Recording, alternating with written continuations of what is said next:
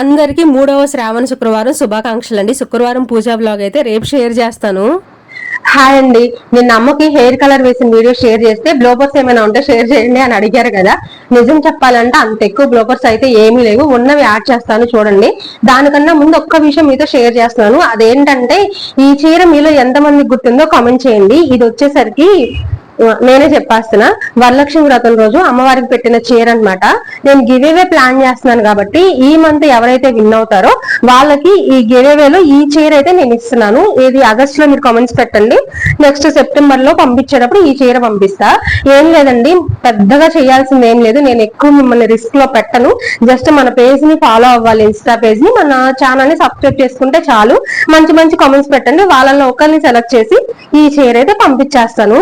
ఈ మంత్ అయిపోవడానికి ఇంకా ఎక్కువ టైం లేదు కాబట్టి ఎవరైనా సబ్స్క్రైబ్ చేసుకోకపోతే సబ్స్క్రైబ్ చేసుకోండి, మన ఇన్స్టా పేజ్ ని ఫాలో అవ్వండి. బాయ్.